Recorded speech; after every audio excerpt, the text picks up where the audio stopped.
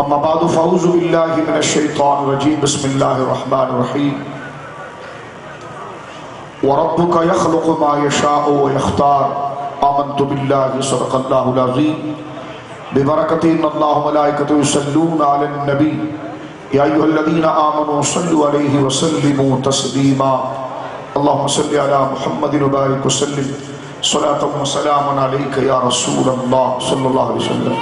بیٹا بھی آنا جانا ختم کر دیں، سائڈ میں ہو جائیں، بالکل سائڈ میں۔ جو بیٹھنا چاہتا بیٹھ جائے، کھڑے ہونے والے ادھر آ جائیں برائے کرم، تاکہ میں گفتگو کر سکوں برائے کرم۔ ان سے بھی کہیں تھوڑا اس طرح درود پاک محمد سے پڑھ لیجیے۔ اللہم صلی علی، کوئی زبان خاموش نہ رہے، اللہم صلی علی سیدنا و حبیبنا و مولانا محمد وبارک وسلم طب القلوب و دوائها و عافیت الابدان و شفائها و نور الابصار و ضیائها و آلہ و صحبہ وبارک وسلم صلاۃ و سلام علیک یا سیدی یا رسول اللہ کلہم من رسول اللہ ملتمس غرفا من البحر اور اشفا من الدیم منزہ شریک فی محاسنہ فجوہر الحسن فیہ غیر منقسم ثم الرضان ابی بکر وعن عمر وعن علی وعن عثمان ذی الکرم مولا صلی وسلم دائما سرمدا علی حبیبک خیر الخلق کلہم۔ اللہ کی حمد و ثنا نبی محترم، نبی معظم، باعث تخلیق ارض و سما صلی اللہ علیہ وعلی آلہ وصحبہ وبارک وسلم کی بارگاہ مقدسہ میں انتہائی محبت و عقیدت کے ساتھ درود و سلام پیش کرنے کے بعد تمام تعریف اللہ وحدہ لا شریک کے لیے ہے۔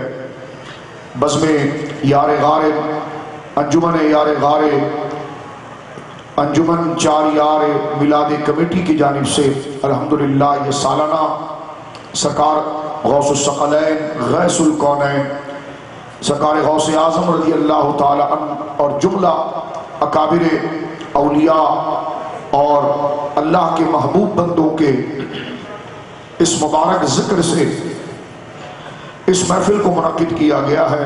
ایک دفعہ پھر اللہ رب العالمین اس علم دین کی محفل میں جو سراسر تعلیم کی، ہدایات کی اور دین اسلام اور شریعت مطہرہ کو سمجھنے کے لیے ایک مدرسے کی شکل کے اعتبار سے بڑے حسن و جمال کے ساتھ، بڑی خوبصورتی کے ساتھ علم کی اور تعلیم کی اس محفل میں اور آپ موجود ہیں اور ان دوستوں نے منعقد کیا۔ اللہ رب العالمین ان بھائیوں کو بے بہا برکت عطا فرمائے، سعادت عطا فرمائے اور دین سے محبت، اولیاء سے محبت، صحابہ و اہل بیت سے محبت کے جس پاکیزہ جذبے سے انہوں نے سالانہ محفل سجائی تاکہ ہمارے بھائی اور بہنوں تک پھر یہ مبارک پیغام پہنچے جو ایمانوں کو تازہ کرنے والا ہے، جن سے محبت، جن سے تعلق اللہ کو راضی کرنے کی سب سے بڑی سند اور دلیل ہے۔ اللہ رب العالمین ان کی پاکیزہ نیات کو اپنی بارگاہ میں قبول فرمائے اور بہترین اجر و صلہ اللہ رب العالمین عطا فرمائے اور میری اور آپ کی حاضری اللہ اس بارگاہ میں قبول فرمائے اور جو ہم سنیں اور جو ہم جانیں اللہ مجھے اور آپ کو اپنی آخری سانس تک اس پر عمل کی توفیق عطا فرمائے۔ میرے دوستو بزرگوں، مجھے اور آپ کو یہ جو زندگی ملی ہے یہ ایک وقتی زندگی ہے کہ جو نیک اعمال کے لیے اور اللہ رب العالمین کے بتائے ہوئے طریقے پر ہمیں اپنی زندگی، اپنا شوق، اپنی مرضی اور اپنی پسند کو اللہ کی پسند اور اللہ کی مرضی پر قربان کرنا، اس پر لگانا اور اسی کے تحت اور اسی کے بتائے ہوئے طریقے پر اپنی زندگی کو گزارنا، یہ زندگی ہمیں ملی اس لیے ہے کہ ہم اللہ کے احکام کی پابندی کریں۔ بہت مختصر سی زندگی ہماری ہے، اس کے بعد جو مرحلہ قرآن بھی ذکر کرتا ہے، دین بھی ذکر کرتا ہے اور ہمارے سامنے اس کی مکمل ہدایات روزمرہ شب و روز دن رات ہم اپنی آنکھوں سے دیکھتے ہیں کہ ایک بندہ انتقال کر جاتا ہے، اسے غسل دیا جاتا ہے، اسے کفن دیا جاتا ہے، اس کا نماز جنازہ پڑھایا جاتا ہے، قبرستان تک اس کو لے جایا جاتا ہے، پھر اس کی تدفین ہو جاتی ہے۔ تو اس سے میں اور آپ اچھی طرح سے سمجھ لیں کہ ہم جہاں تک زبانی یہ دعویٰ کرتے ہیں کہ اس عالم میں اور اس دنیا میں بندہ ہمیشہ رہنے کے لیے نہیں آیا، آگے بڑھنے کے لیے آیا ہے، تو زبان کے ساتھ ساتھ ہم اس حقیقت کو قبول بھی کر لیں کہ واقعی میں ایسا ہوگا۔ بلی اگر اپنی آنکھوں کو بند کر لے تو میں یہ نہیں سمجھتا کہ جناب آپ یہ سمجھ لیجئے کبوتر کو جو بلی پکڑنے آتی ہے تو اس کی نفسیات یہ ہے کہ وہ اپنی آنکھوں کو بند کر لیتا ہے اور وہ دبوچ کر اپنی آنکھوں کو بند کر کے یہ سمجھتا ہے کہ بلی کے پنجوں سے میں بچ جاؤں گا. یہی ایک عجیب سی کم عقلی ہمیں ہوتی ہے کہ ہم زبان سے کہہ کر یہ سمجھ لیتے ہیں کہ بھائی ہم نے تو وقتی طور پر اس دنیا میں رہنا ہے، آگے بڑھ جانا ہے، اور یہ صرف زبانی جمع خرچ ہوتا ہے. اور ہم یہ بات کر کے اپنے آپ کو تسلی دے کر اس سے الگ مطلب نکالتے کہ نہیں ہمیں موت کبھی نہیں آئے گی، ہماری جوانی کبھی نہیں ڈھلے گی، ہمارے مکانات کبھی نہیں جڑیں گے، ہم اپنے بچوں سے کبھی جدا نہیں ہوں گے. تو یہ دھوکہ ہے.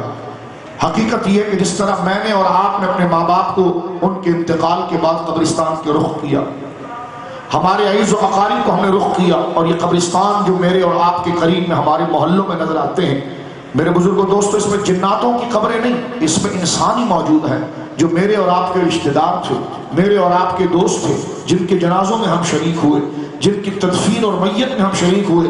تو اس کو سمجھتے ہوئے ہمیں اس حقیقت کو قبول کر لینا چاہیے کہ صرف وہ نہیں گئے، پیچھے ہم نے بھی جانا ہے. لہذا یہ سلسلہ جاری رہے گا. کامیاب وہ ہے کہ جس نے اس وقتی زندگی جو اس کو تھوڑی دیر کے لیے مجھے اور آپ کو یہ سانسوں کی رفتار جو ملی ہے، اس کو اگر ہم صحیح طریقے پر خرچ کر دیں، اللہ کے کہنے پر خرچ کر دیں، تو پھر قبر کی مٹی بندے کے لیے پریشانی نہیں بلکہ ایک وسیع اور عریض محل اور گھر کا سکون اس کو دیتی ہے.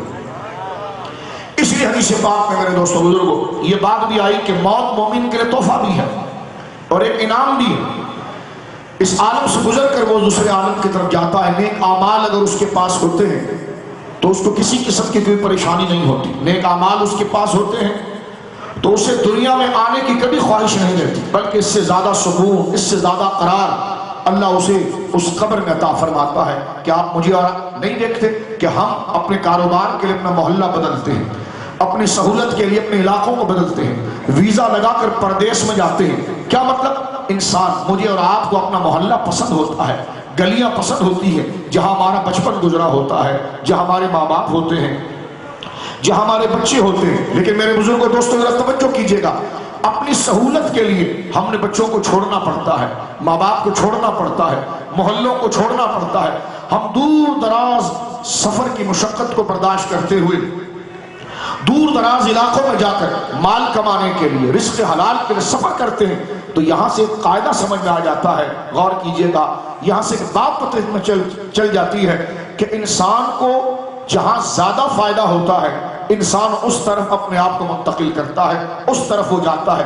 لہذا مومن کے لیے زیادہ فائدہ قبر و حشر کا ہوتا ہے، اس لیے وہ دنیا کی زندگی کو چھوڑ کر قبر و حشر کی طرف جاتا ہے. اور وہ وہاں پر جاتا ہے کہ دنیا کی زندگی تو 40 سال 50 سال 20 سال جس بندے کی جتنی عمر ہے، زیادہ سے زیادہ بھی اگر وہ کر جائے تو ہمارے ملک میں آپ دیکھیں 100 سال کے کتنے لوگ ہوں گے، 90 سال کے کتنے لوگ ہوں گے. اکثریت 50 55 60 سال 70 سال کے درمیان، بہت مشکل سے لوگ 70 سال تک پہنچتے ہیں.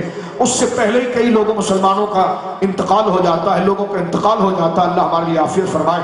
لیکن اس کے بعد جو زندگی میرے بزرگوں دوستوں ہمیں مل رہی ہے اس کے اندر سالوں کا اعتبار نہیں. میں یہ نہیں بتا سکتا کہ اس کے بعد جو ہماری زندگی ہے وہ 50 سال کی ہوگی، 100 سال کی ہوگی، 1000 سال کی ہوگی، لاکھ سال کی ہوگی، کروڑوں سال کی ہوگی.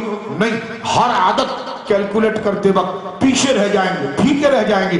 لیکن آنے والی زندگی جو اس مرنے کے بعد جو زندگی ہماری شروع ہوگی، جس میں باس پرس ہوگی، جس میں پوچھا جائے گا، جس میں سزا اور جزا کا سلسلہ ہوگا. اس دنیا میں جو برے اعمال کیے ہیں اس کی سزا کا سلسلہ شروع ہو جائے گا، اس دنیا میں جو اچھے اعمال کیے ہیں اس کے اجر کا سلسلہ شروع ہو جائے گا. یہاں تک کہ پھر نہ جانے کب قیامت قائم ہوگی، پھر قیامت میں دوبارہ اٹھایا جائے گا. پھر اس وقت دائمی فیصلہ کر دیا جائے گا کہ جو جنت میں جانے والے ہیں وہ ہمیشہ کے لیے جنت میں چلے جائیں گے. اور العیاذ باللہ، اللہ محفوظ فرمائے، جو گناہوں کی وجہ سے، اپنے کفر کی وجہ سے، اللہ کی شدید نافرمانی کی وجہ سے، اللہ کے کہنے کو نہ مان کر شیطان کے راستے پر چلنے کی وجہ سے جو اللہ کو ناراض کر گئے، ان کے لیے فیصلہ ہو جائے گا معاذ اللہ کہ وہ جہنم میں رہیں گے اور ان کو ہمیشہ کے لیے جہنم میں ڈال دیا جائے گا. تو لہٰذا یہ آگے کا جتنا بھی پروسیس آ رہا ہے جو لاکھوں کروڑوں خربوں سال کا ایک دورانیہ ہے، یہ ہماری چند زندگی چند دنوں کی زندگی کی روشنی ہی میں ہم اس میں ترقی کر پائیں گے۔ اس لیے حدیث پاک میں آیا کہ دنیا جو ہے وہ اعمال کی جگہ ہے اور آخرت جو ہے وہ جزا کی جگہ ہے، جس کو بتایا گیا کہ ہم اس دنیا میں جو بوتے ہیں اسی کو وہاں پر کاٹیں گے۔ فصل کے اندر اگر آپ گندم لگائیں گے تو اس سے چنا نہیں اگے گا، چنا لگائیں گے تو گندم نہیں اگے گا۔ یہاں جیسے اعمال کریں گے ویسا ہی حساب قبر کے اندر ہوگا، اسی کے بارے میں پوچھا جائے گا۔ بات کو آگے بڑھاتے ہوئے اپنے اور آپ کے شعور کے لیے، کیونکہ غوث اعظم کی محفل ہے، میں چند بات کو مزید عرض کر دوں۔ دیکھیں قرآن کریم نے کیا ذکر کیا۔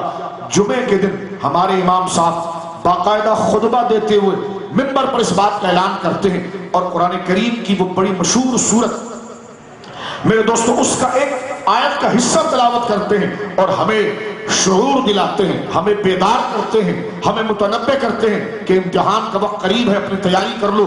جس دن حال یہ ہوگا کہ فَمَن يَعْمَلْ مِثْقَالَ ذَرَّةٍ خَيْرًا يَرَهُ، فَمَن يَعْمَلْ مِثْقَالَ ذَرَّةٍ، فرمایا رائی کے دانے کے برابر بھی اگر کسی نے اچھا کام کیا ہوگا، یرا، اس اجر کو بھلایا نہیں جائے۔ بڑے کام تو بڑے کام، قیمتی کام تو قیمتی کام ہے میرے بچوں، نوجوانوں، بزرگوں، لیکن قرآن یہ کہتا ہے، ہمارا رب یہ کہتا ہے حقیقت کے اعتبار سے، فرمایا رائی کے دانے کے برابر، یعنی چھوٹی سی بھی چھوٹی نیکی جو تم نے کی ہے، فرمایا وہ تمہارے سامنے آئے گی اور اس کا اجر تمہیں دیا جائے گا۔ میں یہاں تھوڑی دیر کے لیے رک کر ایک بات عرض کرنا چاہتا ہوں۔ اللہ یہ کہتا ہے فَمَن يَعْمَلْ مِثْقَالَ ذَرَّةٍ خَيْرًا، خیر کہتے ہیں نیکی کو۔ خیر کے کئی معنی ہیں، ایک معنی میرے بزرگوں، دوستوں، نوجوانوں آتا ہے نیکی کا۔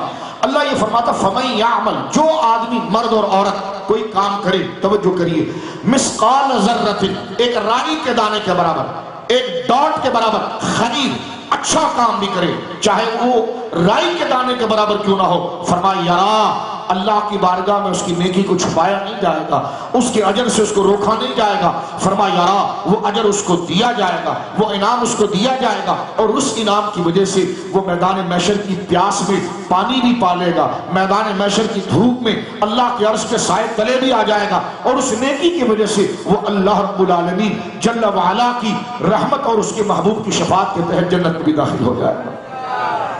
توجہ کیجیے، لیکن یہاں پر مجھے اور آپ کو ایک خاص طور پر ایک نظریہ سمجھنا ہے، ایک کانسیپٹ سمجھنا ہے خیر کا۔ توجہ نہیں تو رکھیے، یہ بھائیوں نے صرف زینت کے لیے لائے ہیں تاکہ ایک محفل کی برکت ہو جائے، یا جناب یوں سمجھ لیجیے کہ محفل کو ایک رونق مل جائے۔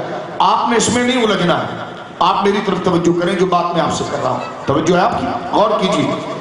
یہ ان کی محبت ہے کہ جناب لوگ اپنی اور خوشیوں کے اندر یہ اہتمام کرتے ہیں، تو ہم کیوں نہ کریں؟ تو میں ان کے جذبہ نیکی کو سلام پیش کرتا ہوں، لیکن ہم چھوٹے سے بچے بن کر ان کے پیچھے نہ آ جائیں، جو ہمارے مطلب کی بات ہے ہم اس طرف توجہ کریں۔ دیکھیں آپ ذرا غور کیجئے، یہ دنیا جو مجھے اور آپ کو ملی ہے نیکی کے لیے ملی ہے۔ نیکی کس کو کہتے ہیں؟ ایک بات کو ذرا سمجھ لیجیے، نیکی ایسا پریکٹیکل ہے، ایک ایسا عمل ہے، ایک ایسا کام ہے جس کو اللہ کے لیے کیا جائے۔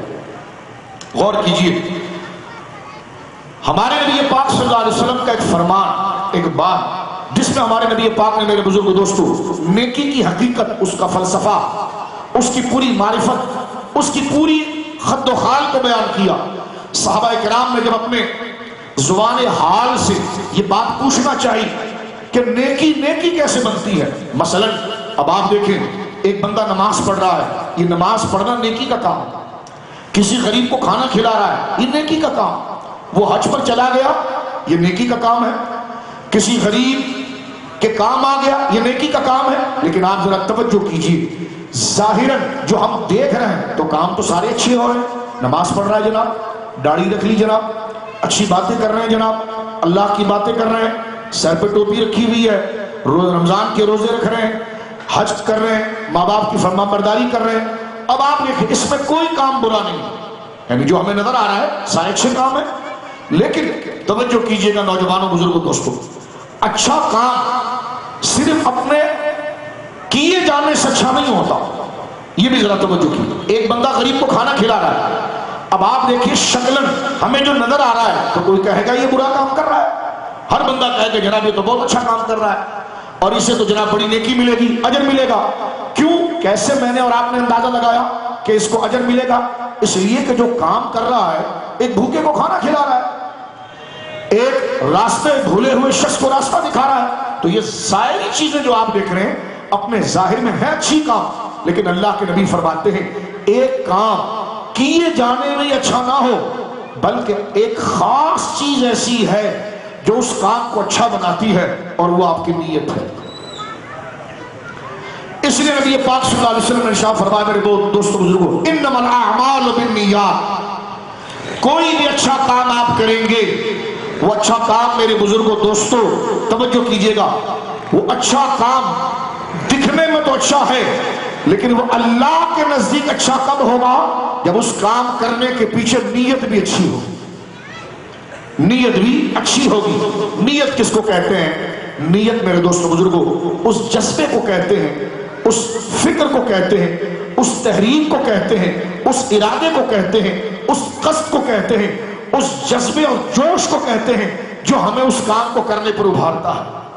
مثال کے طور پر آپ نے دیکھا کہ ایک بندہ بھوکا بیٹھا ہوا ہے، آپ کے اندر ایک جذبہ جاگا کہ یار میرا پیٹ بھرا ہوا ہے، میں کھانا کھاتا ہوں اور یہ بھوکا ہے تو میں کیوں نہ اس کو کھانا کھلاؤں. تو اب آپ دیکھیں جذبہ آپ کے اندر آیا تو آپ نے فوراً دکان سے کوئی چیز خریدی، کھانے کی کوئی چیز خریدی اور آپ نے اس کو کھلائی. لیکن اب توجہ یہ ہے کہ آپ نے اس کے ساتھ یہ جو نیکی کا جذبہ آپ کے اندر جاگا اور آپ نے یہ نیکی کو عملی شکل دے دیا.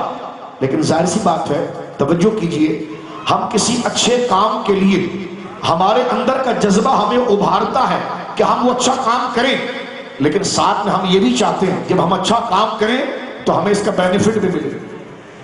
دو چیزیں ہوتی ہیں، ہمیں اس کا بینیفٹ بھی ملے، جو ہم نے اس کے ساتھ خیر خواہی کی ہے، اس کے ساتھ بھلائی کی ہے تو اس پر ہمیں اجر ملے. تو میرے دوستو اسلامی نظریہ میرے مسلمان بھائیوں، ہماری نجات اللہ کی بارگاہ میں نیکیوں کے ذریعے ہوگی. اور نیکی کا فلسفہ کیا ہے ذرا توجہ کیجئے گا. نیکی میں یہ ہے کہ جو اچھا کام ہم کر رہے ہیں اس کے پیچھے جو جذبہ ہمیں اس کام کے لیے ابھار رہا ہے، ہم پہلے دیکھیں گے یہ اچھا کام کرنے کے لیے جو جذبہ ہمیں اس کے لیے ابھار رہا ہے تو ہم یہ جذبہ کس کو دکھانے کے لیے لا رہے ہیں، کس سے اجر لینے کے لیے لا رہے ہیں. اگر ہمارے دل میں یہ بات آ جائے کہ نہیں میرے اللہ کا یہ حکم ہے، میرے اللہ نے یہ فرمایا ہے اور میرا اللہ اس کا اجر دے گا، تو اب حدیث پاک میں آتا ہے کہ جب بندہ کوئی بھی کام میرے بزرگ دوستو اس اجر اور اس انعام کے ساتھ کرتا ہے کہ اس سے اللہ راضی ہو جائے تو وہ نیکی اللہ کی بارگاہ میں عمل کا درجہ رکھتی ہے اور وہ نیکی اللہ کی بارگاہ میں قبولیت کا درجہ رکھ کر اصل نیکی بن جاتی. لیکن اب آپ دیکھیں دو قسم کے لوگ ہیں، غور کیجئے گا میرے دوستوں، دو قسم کے لوگ، توجہ کیجئے. ان بچوں کو ذرا سمجھیے، وہ گرانی بات تو نہیں ہے، بس رکھیے آپ ذرا توجہ رکھیے. دیکھیں دو قسم کے لوگ غریبوں کی مدد کر رہے ہیں. اس کو مثال کو تھوڑا سمجھ لیجئے پھر غوث اعظم کی طرف ہم بڑھتے ہیں، کیونکہ غوث اعظم کی شخصیت کو سمجھنے کے لیے بندے کو اسلام کا نظریہ سمجھنا چاہیے. ایسے ہی چاہتا تو میں کوئی بات آپ کے سامنے کرتا لیکن وہ دلوں تک نہ اترتی، تو اتنا خرچہ اس لیے تو نہیں کیا گیا کہ جناب کوئی شور شرابہ یا سیاست کی جائے، اس لیے کیا گیا کہ تسلی اور آرام کے ساتھ ہم دین کو سمجھ لیں. دیکھیے ذرا توجہ کیجیے، دو قسم کے لوگ غریبوں کی مدد کر رہے ہیں. یہ بھی کھانا کھلا رہا ہے غریبوں کو، یہ بھی کھلا رہا ہے. یہ اس لیے کھلا رہا ہے کہ میرے پاس چندہ زیادہ آ جائے، توجہ ہے. اور لوگ مجھے کہیں کہ یار یہ ویلفیئر کا کام کر رہا ہے اور بہت نیک آدمی ہے اور اس کو پیسے دو، اور اس کی نیت بھی یہ کہ میں لوگوں میں مشہور ہو جاؤں، لوگوں میں میرا نام ہو جائے، لوگ مجھے بڑا داتا، سخی، غریب نواز، بڑا مہربان کہیں اور لوگ میری عزت کریں. اب دیکھیں کام تو اچھا کر رہا ہے، کام وہ اچھا کر رہا ہے کہ غریبوں کو کھانا کھلا رہا ہے، غریبوں کی مدد کر رہا ہے، غریبوں کے ساتھ بھلائی کر رہا ہے. اس کام کو برا میرے دوستوں کوئی نہیں کہے گا، لیکن آپ غور کیجئے لیکن وہ کرنے کے پیچھے اس کا اپنا جذبہ کیا ہے کہ اس نیکی کا کام کر کے میں لوگوں کی نظر میں نور نظر ہو جاؤں، لوگ میری عزت کریں، مجھے بہت بڑا غوث کہیں، مجھے بہت بڑا ولی کہیں، مجھے بہت بڑا شریف کہیں، مجھے بہت بڑا سخی کہیں. تو اب کام تو اس نے اچھا کیا لیکن نیکی اس کو نہیں ملی. توجہ ہے آپ کی، نیکی اس کو نہیں ملی. اب آپ دیکھیں کام اچھا کرنے کے باوجود وہ کام نیکی نہ بن پایا، لیکن اسی کے ساتھ ایک بندہ غریبوں کو کھانا کھلا رہا ہے. اس کا یہ مقصد نہیں کہ لوگ مجھے اچھا کہیں، اس کا یہ مقصد نہیں کہ لوگوں کی نظر میں عزت والا ہو جاؤں، اس کا مقصد یہ ہے کہ اگر میں آواز دے کر اپنے 4 دوستوں کو جمع کروں اللہ کے لیے اور ان کا مال غریبوں کے لیے خرچ ہو جائے اور اللہ اس سے خوش ہو جائے اور یہ اللہ ہی کے اجر، اللہ ہی سے میں بینیفٹ لینا چاہتا ہوں، اسی سے میں عزت لینا چاہتا ہوں، اسی سے میں تعریف لینا چاہتا ہوں، دنیا کے لوگوں سے میرا کوئی مقصد نہیں۔ اب کام دیکھو سامنے بالکل سملر ہے، بالکل ایک جیسا ہے، لیکن وہ بھی کھانا کھلا رہا ہے، یہ بھی کھانا کھلا رہا ہے، اس کی اتنی محنت کے باوجود وہ کام اچھا ہونے کے باوجود نیک نہ بن سکا، یہ بھی وہی کام کر رہا ہے، اس نے بھی کھانا کھلایا لیکن یہ نیکی بن گئی۔ تو پتا چلا نیکی بنتی جب ہے کہ کام جو شکلاً نظر آنے میں اچھے ہوں تو نیت بھی اس میں یہ ہو کہ یہ کام میں اللہ کے لیے کر رہا ہوں۔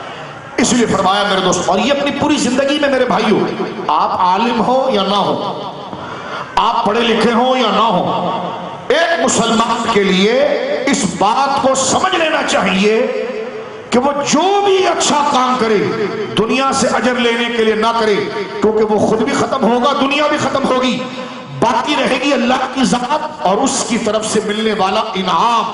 تو بندہ جو بھی نیکی کا کام کرے، کسی کو سلام بھی کرے تو اس لیے کرے کہ میرے رب کا حکم ہے اور میں بات کروں گا، اس کا دل خوش ہوگا، محبت بڑھے گی، معاشرے میں اخلاق آئے گا اور اس کام سے میرا اللہ راضی ہوتا ہے۔ تو جہاں آپ کی انٹینشن ڈرائیورٹ ہو گئی اللہ کی طرف تو یہ سلام کرنا بھی اجر ہے، یہ چلنا بھی اجر ہے۔ یہاں تک کہ نبی پاک فرماتے ہیں کہ راستے سے گزرتے ہوئے تمہیں تکلیف دہ چیز، کوئی کانٹا، کوئی پتھر، کوئی روڑا، کوئی ایسی چیز لگی کہ کوئی موٹر سائیکل والا جا رہا ہے اس بیچارے کو ٹھوکر ہو جائے، کچھ نمازی جا رہے ہیں اس کے لیے تکلیف ہو جائے گی، کوئی بندہ جا رہا ہے، کوئی چھوٹے بچے جا رہے ہیں ان کے پاؤں میں کہیں کانٹا نہ لگ جائے، آپ نے ہٹا دیا، کام تو اچھا کیا نا، لیکن اس وقت یا تو آپ نے اس لیے ہٹایا، راستے سے توجہ کیجیے گا کانٹا، کام تو بڑا اچھا کیا، اس لیے کہ قریب کے لوگ دیکھ کر کہیں کہ جناب حضرت بڑے اچھے آدمی ہیں اور بہت اچھے کام کرتے ہیں، ایک یا پھر نیت کچھ تھی نہیں بس ایسی چلنے میں ہٹا دیا، تو دونوں میں سے کسی کام پر بھی نیکی نہیں ملے۔ لیکن ایک آدمی وہ ہے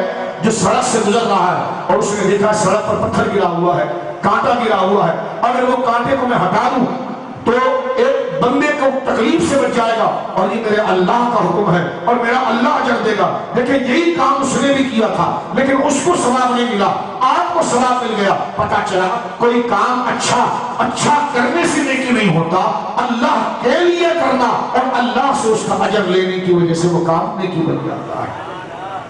تو مجھے اور آپ کو چاہیے کہ اپنی فکر کو اللہ کے حوالے کریں، اپنے ہر مطلب اور مقصد کو اللہ کے حوالے۔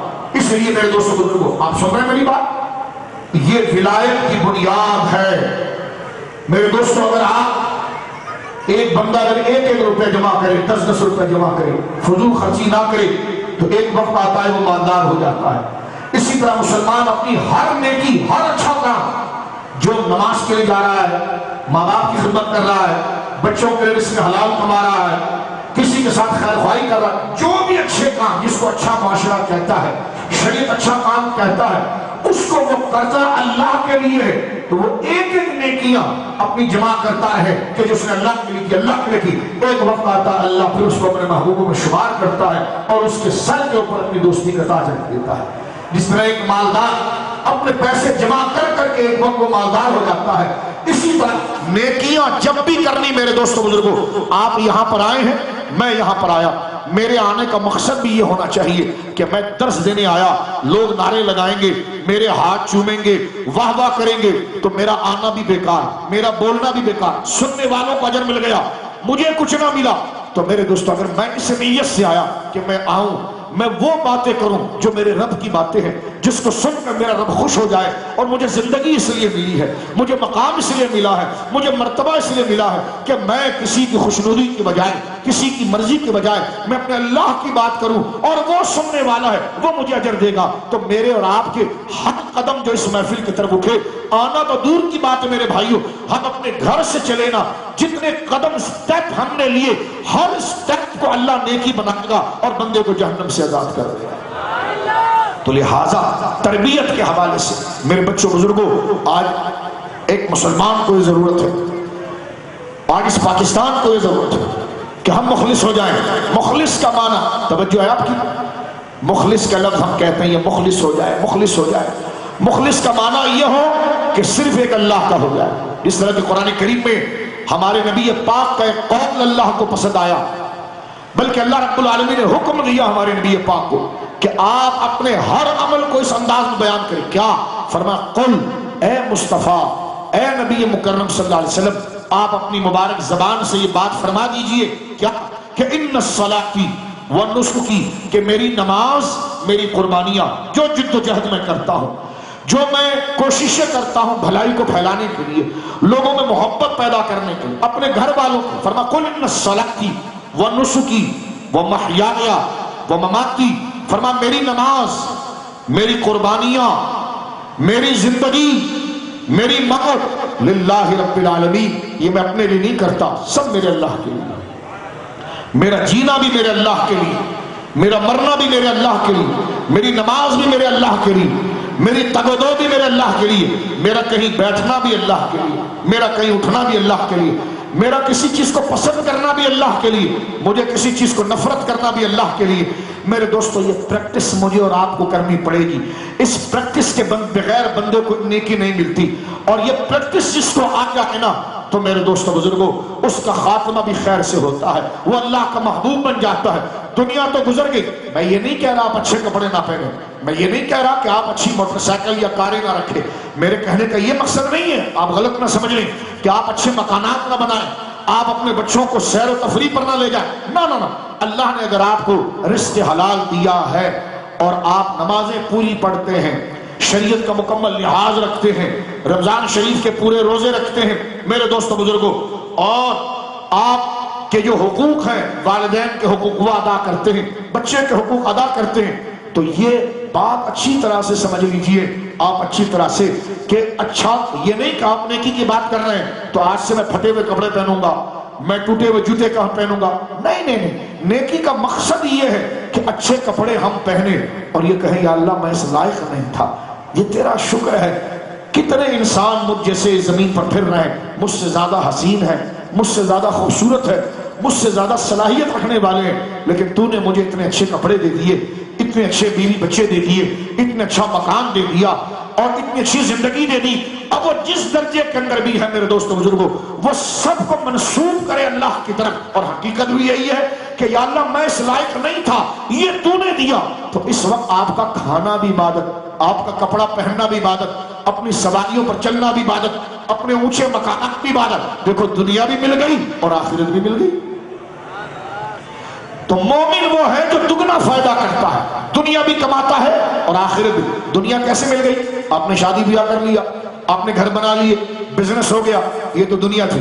لیکن آپ نے اگر ساتھ میں یہ جوڑ دیا کہ میں گھروں کے لائق نہیں تھا، میں اتنی سکون کے لائق نہیں تھا، میرے بدن بالکل سلامت، میری طبیعت سلامت، میری زبان سلامت، میرے سننے کی طاقت سلامت، میرے دیکھنے کی طاقت سلامت، میرا ہاضمہ سلامت، میرے بدن سلامت، میرے چلنے کی طاقت سلامت، مجھے مکان بھی، ہر چیز بھی ہے، یا اللہ میں صلاحیت نہیں. دیکھو یہ بندہ ہے چل نہیں سکتا، یہ بندہ ہے سن نہیں سکتا، یہ بندہ ہے بول نہیں سکتا، اس بندے کے بعد یہ صلاحیت نہیں ہے، تو وہ بھی انسان، میں بھی انسان، لیکن اے مولا اس میں میری کوئی قابلیت اور صلاحیت نہیں ہے، یہ تیرا ہی کرم تھا کہ تو نے یہ مقام دے دیا. تو جہاں آپ نے اپنی تمام تر صلاحیت، خوبی کو اپنا بینیفٹ اور اپنا اعزاز سمجھنے کی بجائے اللہ کی خیرات، اللہ کی بھیک اور اللہ کی طرف احسان کر دیا، تو اب مزے تو آپ یہاں پر اٹھا رہے ہیں، مکان بھی استعمال کر رہے ہیں، آپ کاروبار بھی استعمال کر رہے ہیں، بچوں کے ساتھ خوش بھی ہیں، یہ بھی مل گیا. لیکن جب آپ نے اس کو اللہ کا عطیہ اور اللہ کا انعام یقین کر کے اس کا شکر ادا کر لیا، تو یہ شکر کی وجہ سے یہ نیکی پھر قبر میں بھی کام آئی، آخرت میں بھی کام آئی. تو دو گنا کب ہوا کہ جب ہم کسی اچھائی کو اپنے لیے منسوب نہ کریں، اللہ کے لیے منسوب کریں. ایسا ہوتا ہے میرے دوستو بزرگوں، ایسا ہوتا ہے کہ شیطان ہماری نیتوں کو فریب میں لاتا ہے، لیکن جہاں ہم یہ دیکھیں کہ یار میں کام اچھا کر رہا تھا، میں اچھی تقریر کر رہا تھا، میں اچھا دین بیان کر رہا تھا، میں اچھی محفل میں آ گیا بات سننے کے لیے، میں علماء کی صحبت میں بیٹھ گیا، تو وہاں شیطان یہ روک ڈالتا ہے، اوہو میں بڑا نیک ہو گیا، میں بڑا پارسا ہو گیا، دیکھو یہ کتنا گندا آدمی ہے، یہ کیسا ہے. یہ خیال آتا ہے، اور جیسے یہ خیال آ جائے میرے دوستو، اور اس کے بعد فوراً آپ کو پتا چلے کہ بات میں نے غلط سوچ لی ہے، بات میں نے غلط کر دی ہے تو کامیابی ہے۔ اسی وقت بندہ اللہ کے حضور گڑگڑا کر کہ یا اللہ میں معافی مانگتا ہوں، تو اللہ پھر پہلے سے زیادہ درجہ اس کو عطا فرماتا ہے کہ غلطی کو غلطی سمجھ کر پناہ میرے لی تو پتہ چلا گناہ گار تو تھا، غدار نہیں تھا، معافی بھی مجھ سے مانگی ہے تو اللہ پہلے سے زیادہ اجر اس کو عطا فرماتا۔ تو لہٰذا مجھے اور آپ کو اس چیز کو سوچنا چاہیے۔ اب آئیے غوث اعظم کی بارگاہ کی طرف۔ جب نیتوں کی اصلاح یہ ہو گئی، اور ایک جملہ میں یہاں پر عرض کر دینا چاہتا ہوں جو میری اور آپ کی تربیت کی فاؤنڈیشن اور بنیاد ہے۔ ہم روزانہ نمازیں پڑھتے ہیں لیکن نمازی کو برباد کر دیتے ہیں۔ ہم اچھائی کے کام بہت کرتے ہیں لیکن ہمارے ذخیرہ، ہمارے نیکی کے گودام میں ایک نیکی بھی نہیں ہوتی۔ آپ کیسی بات کر رہے ہیں جناب، میں تو بڑی نیکیاں کرتا ہوں۔ میں نے کہا یہی تو افسوس کی بات ہے کہ سارا دن اچھا کام ہم کرتے ہیں لیکن اس کا ایک اجر بھی ہمیں نہیں ملتا۔ کیوں؟ اس لیے نہیں ملتا کہ اس میں ہماری انا ہوتی ہے، ہماری مرضی ہوتی ہے کہ لوگ ہماری عزت کریں، لوگ ہماری شان بیان کریں۔ میرے دوستو بزرگوں، جب ہم اللہ کا اجر اور اللہ کی طرف منسوب اس نعمت کو کریں اور یہ یقین کر لیں جو حقیقت ہے کہ ہم اس لائق نہیں تھے، مولا تو نے یہ توفیق دی، تو جب ہم نے اپنے آپ کو کمزور، اللہ کی قدرت کو طاقتور اور اسی کی بارگاہ کی خیرات کو تسلیم کر لیا، تو جہاں خدا راضی ہو گیا تو لوگ خود ادب کرنے لگ جائیں گے۔ اس لیے علماء سے پوچھا گیا، بزرگوں سے، کہ لوگ کس سے محبت کرتے ہیں؟ فرمایا جو خدا سے ڈر گیا لوگ اس کے عاشق ہو گئے۔ آج دیکھیں غوث اعظم رضی اللہ تعالیٰ 1441 ہجری ہے، 14401 1441 ہجری میرے بھائیوں چل رہی ہے، اور غوث اعظم نے اس دنیا سے پردہ فرمایا 561 ہجری۔ اگر انگریزی اعتبار سے اگر آپ دیکھیں تو یہ 2020 ہے، اور غوث اعظم نے وصال فرمایا 1166 میں 1166 عیسوی تاریخ سے، تو تقریباً 1000 سال ہو گیا ہے۔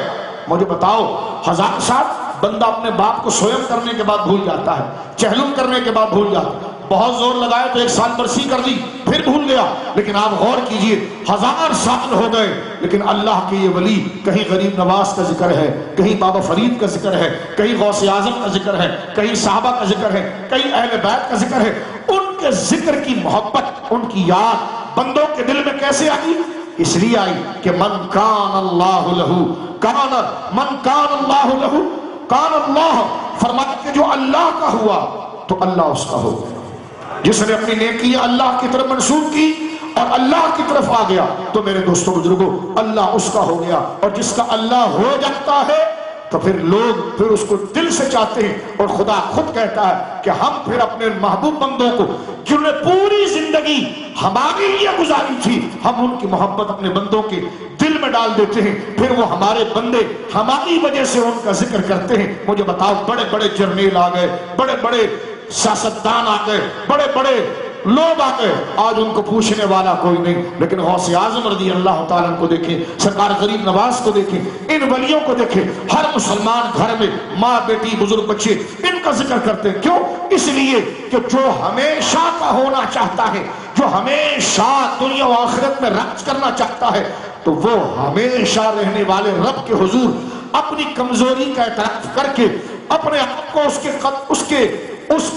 اس کے رحمت کے دروازے کی دہلیز پر پھینک دے، اللہ اسے دائمی کر دیتا ہے۔ تو لہٰذا میں اور آپ اس بات کو سمجھ لیں کہ ہم نے نیکیاں کرنی ہے تو اللہ کی وجہ سے، ہم مسلمان ہیں الحمدللہ۔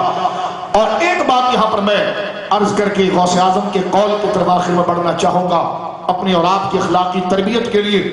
دیکھیں آپ یہاں پر یہ کہیں گے کہ ٹھیک ہے ہمیں یہ بات سمجھ میں آ گئی کہ اللہ کی بارگاہ میں بندے کو اعمال، گڈ ڈیڈز، اعمال، اس کی وجہ سے اللہ رب العالمین اس کو بخش دے گا۔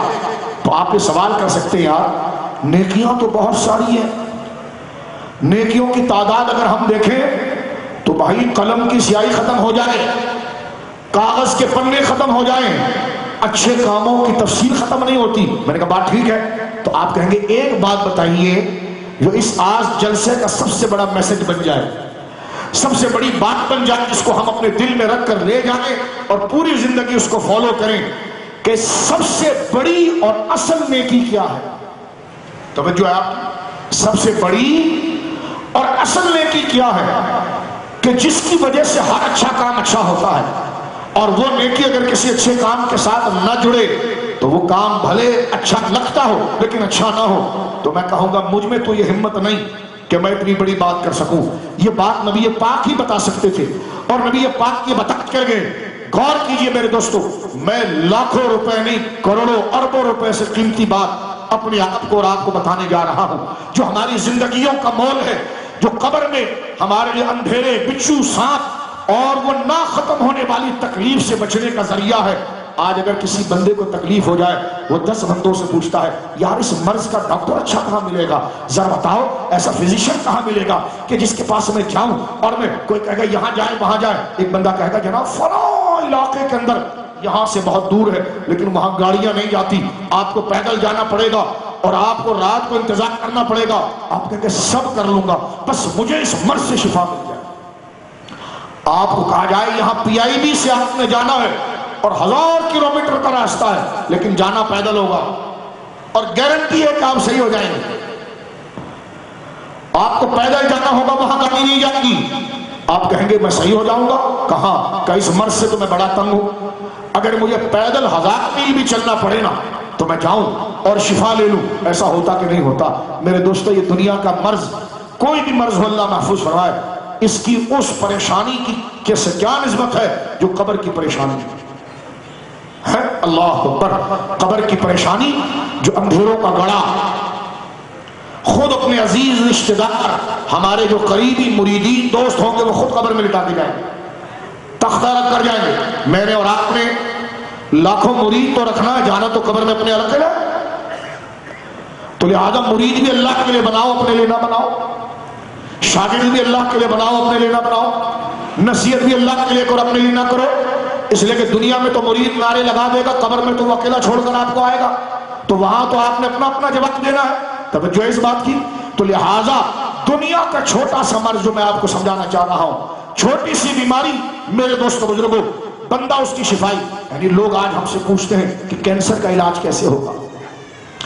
آج دیکھیے وہ لال رومال والے پاگل سعودی، انہوں نے حرم ہی بند کر دیا وائرس کے چکر کے اندر۔ یعنی جان کتنی پیاری ہے، اب ویکسینیشن بنائی جا رہی ہے کہ یہ ویکسینیشن کب ہوگی، 3 مہینے میں بنے گی، 4 مہینے میں بنے گی۔ اب وہ جو بنے گی تو وہ کتنی قیمتی ہوگی، اور لوگ بڑے بڑے مالدار لوگ لاکھوں روپے دے کر اس کو خریدیں گے، اس لیے کہ مرض سے بچنا ہے، جو مرض لگ گیا ہے اس سے شفا چاہیے۔ کراچی میں آپ دیکھیں کتنے بڑے بڑے اسپتال ہیں میرے دوستو، ہر بندہ یہ کہتا ہے کہ ادھار لے لوں لیکن مشہور اسپتال میں جاؤں جہاں مجھے صحیح علاج ہو جائے۔ پتہ چلا انسان اپنی پریشانی سے چھٹکارا چاہتا ہے اور چھٹکارے کے لیے وہ ہر قسم کی قربانی دینا چاہتا ہے، لیکن میرے دوستو قبر کی پریشانی تو یہ دنیاوی اور بدنی مرض کا تو کوئی رشتہ ہی نہیں ہے میرے دوستو، کوئی تعلق ہی نہیں ہے۔ وہ قبر کی جگہ جہاں رات کو اگر لائٹ چلی جائے تو ہم جنریٹر آن کر دیتے ہیں، گرمی لگ جائے تو پنکھا لگا دیتے ہیں، مچھر آ جائے تو کوائل لگا دیتے ہیں، پریشان ہو جائیں تو دوستوں سے موبائل پر بات کر لیتے ہیں، لیکن قبر تو وہ ہے اندھیری کی جگہ، وہی مچھروں کی نہیں، وہ تو سانپ کی جگہ ہے، اللہ اکبر، وہ تو بچھو کی جگہ ہے، وہ تو ہر قسم کے جانور، باقاعدہ سائنس یہ ریسرچ کرتی ہے میرے دوستو کہ میت کو جب قبر میں رکھ دیا جاتا ہے، تیسرے دن جب اس کا پیٹ پھولتا ہے اور اس کے پیشاب کے مقام سے اس کے بدن کے اندر کی گندگیاں باہر ہوتی ہیں، تو زمین میں چھپی ہوئی ایسے جانور خطرناک ہیں کہ جس کو ہم دیکھیں تو ہمارے رونگٹے کھڑے ہو جائیں، ان کو اسمیل آ جاتی ہے، ان کو بو آ جاتی ہے، اور وہ زمین کو کھودتے ہوئے اس مردے کے بدن تک پہنچ جاتے ہیں اور اس کے بدن کو ادھیڑ کے رکھ دیتے ہیں۔ مجھے بتائیے اس پریشانی سے بڑی کوئی پریشانی ہوگی؟ ہم دنیا کے لیے ڈاکٹر ڈھونڈ رہے ہیں، دنیا کے لیے پریشانی ڈھونڈ رہے ہیں۔ اب آپ مجھ سے پوچھ سکتے ہیں اور میں آپ سے پوچھ سکتا ہوں، یہ جو سب سے بڑے پریشانی ہے اس کا علاج کہاں ہے؟ میں نے کہا اس کا دارالشفا مدینے میں ہے اور اس کے معالج محمد رسول اللہ، بولیے سبحان اللہ۔ اس کی برانچیں اور اس کے کلینک کہیں بغداد کے اندر ہے، کبھی نجف کے اندر ہے، لاہور کے اندر ہے، دہلی کے اندر ہے، سرہند کے اندر ہے، پاک پتن کے اندر ہے، یہ اس کی برانچز ہے، اور اصل مرکز مدینہ منورہ کے اندر ہے کہ جس میں یہ دائمی پریشانی اور مشکل کا علاج ملتا ہے۔ رسول کریم سے پوچھا گیا یا رسول اللہ، بندہ جو ہے وہ قبر کے اندر عذاب سے کیسے بچے گا؟ فرمایا نیکیوں سے۔ فرمایا کون سی نیکی؟ جو فرمایا جو اصل نیکی ہے۔ اور اصل نیکی کیا ہے میرے دوستو؟ تو نبی پاک نے فرمایا، میں بات کو سمیٹتے ہوئے آگے بڑھنا چاہتا ہوں، شعور سے سمجھیے، یہاں سے سن کر یہاں سے نکال دو تب بھی مرنا ہے، کیری نہ کرو تب بھی مرنا ہے، لے کر عمل کرو تب بھی مرنا ہے۔ کامیاب وہ ہے جو وقت پر چیز لے آئے۔ مجھے فاروق اعظم کا ایک قول یاد آیا، حضرت عمر سے کسی نے کہا نصیحت فرمائیے، جیسا بزرگوں سے کہتے ہیں نا کہ آپ مجھے نصیحت کیجیے، آپ کا تجربہ بہت ہے، آپ کا علم بہت ہے، تو نوجوان بچے بزرگ کہتے ہیں نصیحت کیجیے تاکہ آپ کا جو تجربہ ہے وہ ہم لے لیں اور ہم مشکل سے بچ جائیں اور اس کو اپلائی کریں۔ تو حضرت عمر کا ایک جملہ ہے، فرما موت سے بڑی بھی کوئی نصیحت ہے؟ اللہ، یہ حضرت عمر کا جملہ، یہ حکمت ہے آپ کی، یہ وزڈم ہے، یہ دانائی ہے فاروق اعظم کی۔ فرمایا انسان کے لیے موت سے بڑی کوئی نصیحت ہے؟ جب تیرے کو پتا ہے موت آنی ہے تو اس سے بڑی کوئی نصیحت ہے؟ یعنی جب تو یہ پتا ہے موت آنی ہے تو پھر ایسے کام نہ کر کہ موت کے بعد پریشانی ہو جائے۔ فرمایا موت سے بڑی کوئی نصیحت نہیں۔ اس لیے رسول کریم نے میرے دوستوں بزرگوں کیا فرمایا؟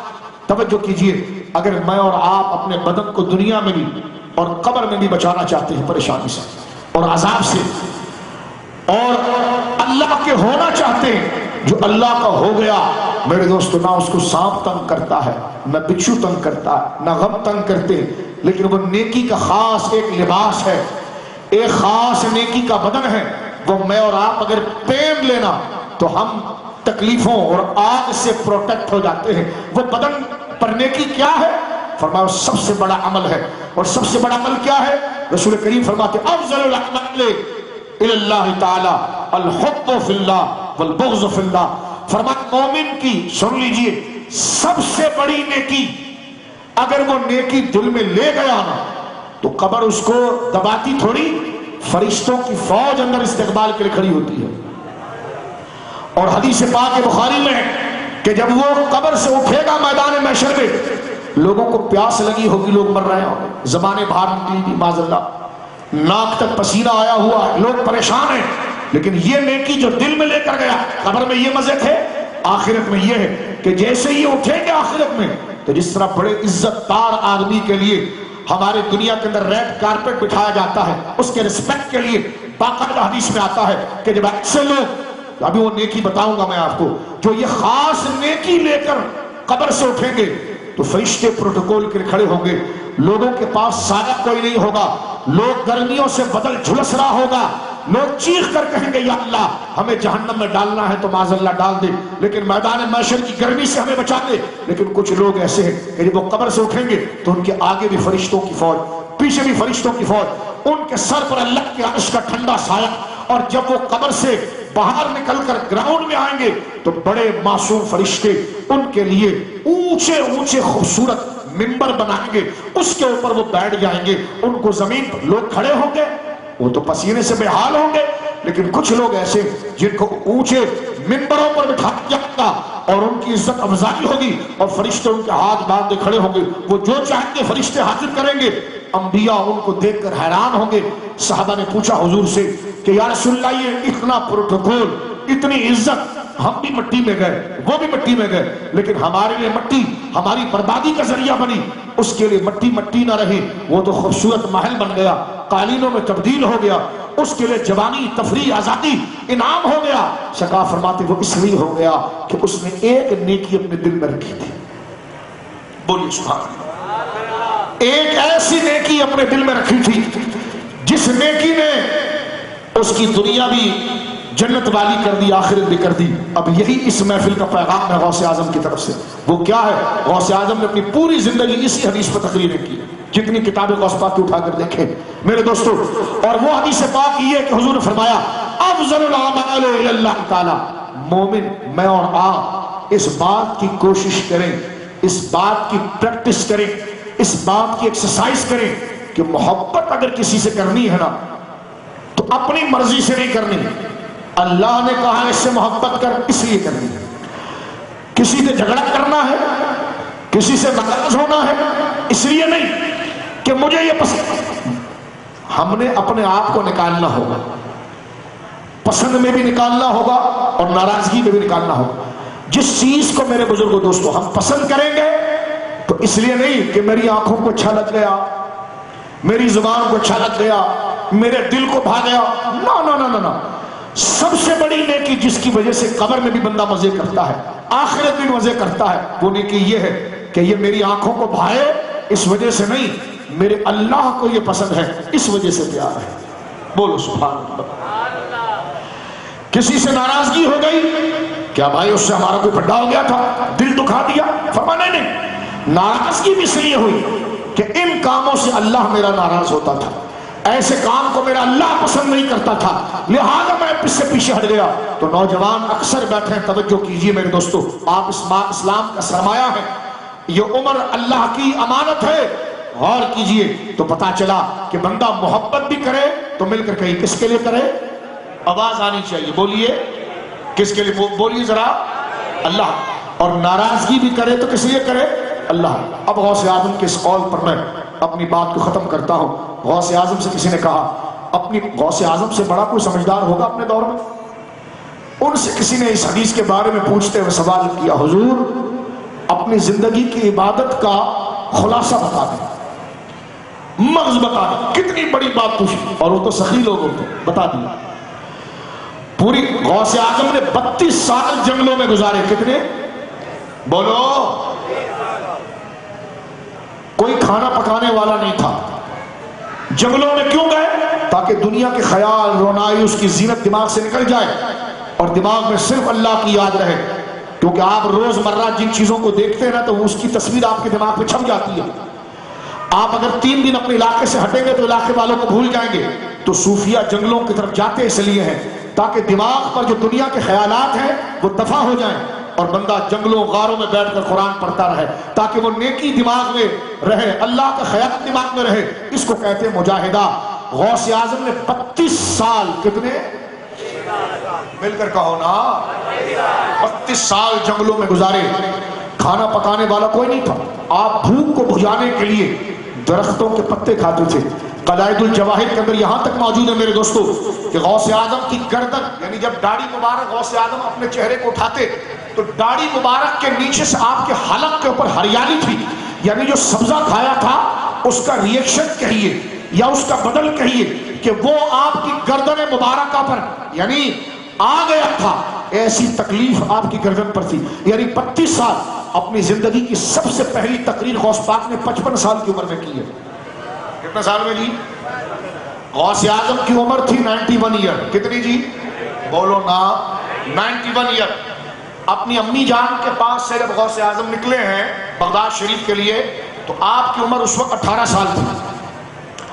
اپنے استاد سے علم حاصل کیا، 32 سال آپ نے جنگلوں کی نظر کیا، اور پھر 55 سال کی عمر جب غوث پاک کی ہوئی اس وقت غوث پاک نے سب سے پہلا خطبہ دیا۔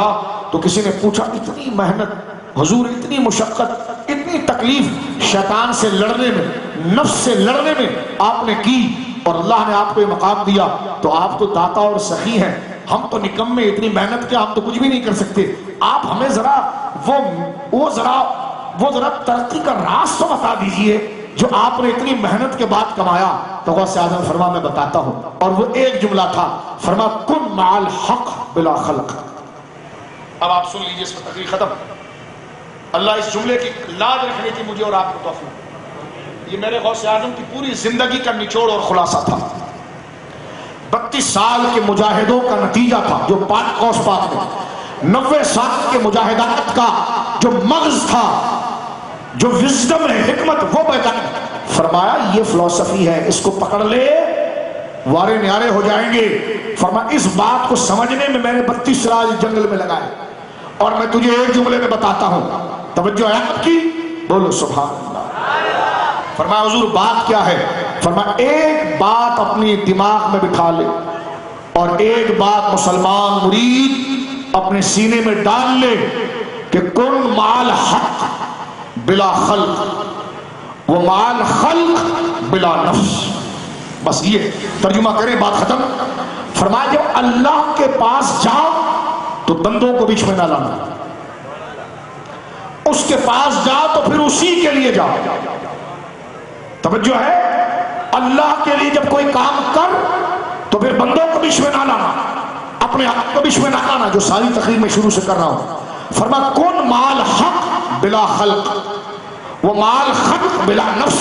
فرما خدا سے مل تو بندوں اور اپنی غرض کو بھی اس میں نہ لا، اور بندوں سے مل تو اپنے مطالبے کو اس میں نہ لا.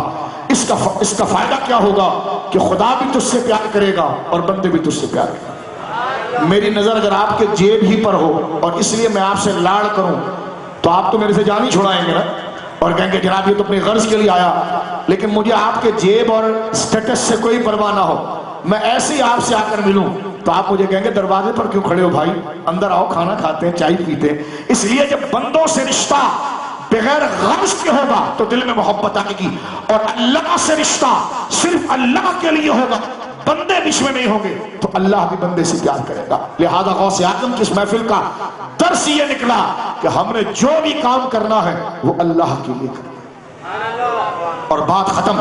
اور یہ سن لیجئے ہمیں حضور سے بھی محبت اللہ کی، ہاں ہم سرکار سے بھی محبت اللہ کے لیے کریں، ہم صحابہ سے بھی محبت مل کر کہو اللہ کے لیے کرتے ہیں، ہم پنجتن پاک اور اہل بیت سے بھی محبت اللہ کے لیے کرتے ہیں، ہم اپنے ماں باپ سے محبت اللہ کے لیے کرتے ہیں، اللہ کے لیے کرتے ہیں، ہم علماء سے محبت اللہ کے لیے کرتے ہیں، ہم کفر سے چڑھتے ہیں اللہ کے لیے، ہم شرک سے نفرت کرتے ہیں اللہ کے لیے. یہ بے حیائی کی لعنت جو یہ اسلام آباد میں کرنے جا رہے ہیں کل، تو ہمیں ان کے پلیت عمل سے نفرت ہے اللہ کے لیے. ہم تو جانتے بھی نہیں کہ وہ کون عورتیں اور کیا ہیں، ان سے غصہ مسلمانوں کو ہے اللہ کے لیے، کیونکہ وہ بکواس کر رہی ہیں کہ جو اللہ کو پسند نہیں. تو جب میں کسی سے ناراض ہوں اللہ کے لیے اور دوستی کروں اللہ کے لیے تو سانس لینا بھی عبادت. لیکن ہم کیا کرتے ہیں، نہیں ہمارے سیاسی جماعت کے جو چیئر پرسن ہیں نا انہوں نے عورتوں کے دھرنے کی حمایت کر دی ہے تو لہذا ہم کچھ نہیں کریں گے. تو میں نے کہا زندگی بھی لعنت پر گئی کہ تیرا کسی سے پیار کرنا بھی اپنے سیاسی لیڈر کے لیے تھا تاکہ تو ٹکے کمائے اور کہیں چائنا کٹنگ میں پلاٹ لے لے اور دو منزل کے عمارت کا نقشہ پاس کرا کے اور موجودہ حکومت سے چمچہ گیری سے تو 8 منزل چڑھا کر پیسہ پکڑ لے. تو تیرا تو کھانا بھی دنیا کے لیے تھا اور تیرا ڈرنا بھی دنیا کے لیے تھا. تو تجھے کبھی سمجھ میں نہیں آئے گا کہ کلمہ کیا ہوتا ہے، ولی کون ہوتے ہیں، غوث پاک کون ہوتے ہیں. نام تو اپنا سید لکھتا رہے اور مرنے والے کو شہید کہتا رہے تو اس سے کچھ بھی نہیں ہوتا. سیاست بھی جب کام آتی ہے، نیکی بھی جب کام آتی ہے، جب محبت بھی اللہ کے لیے ہو اور دشمنی بھی اللہ کے لیے. اللہ رب العالمین مجھے اور آپ کو اس بنیادی سبق کو سمجھ کر اپنی زندگی گزارنے کی توفیق عطا فرمائے. بچوں سے بھی ہم پیار کریں اس لیے کہ اللہ نے بچوں پر شفقت کا حکم دیا ہے. ماں باپ کا ادب کریں اس لیے کہ اللہ نے حکم دیا ہے. کسی کو سلام کریں اللہ کی، تو ہر چیز اللہ ہی کے لیے ہو جائے تو میرے دوستو دنیا بھی کامیاب ہے اور آخرت بھی کامیاب ہے. اسی نیت سے ہمارے ان دوستوں نے یہ جلسہ رکھا، نہ الیکشن کے لیے رکھا نہ شہرت کے لیے رکھا. تو میں دعا کرتا ہوں اس پاکیزہ نیت پر اللہ انہیں ڈھیروں ادب عطا فرمائے. اور میں جو ان کی تعریف کر رہا ہوں اس لیے کر رہا ہوں کہ انہوں نے اللہ کے دین کی خدمت کا جلسہ کیا لہٰذا میں نے ان کی تعریف کی. تو یہ تعریف نمبر بڑھانے کے لیے نہیں، اللہ کے لیے تھی اور آپ کا سننا اللہ کے لیے تھا. تو یہ بیٹھنا بھی عبادت، یہ بولنا بھی عبادت، یہ محفل سجانا بھی عبادت. انما الاعمال بالنیات واخر دعوانا الحمدللہ. سبحان اللہ، ماشاء اللہ. پھر یہ طریقہ تھا ہمارے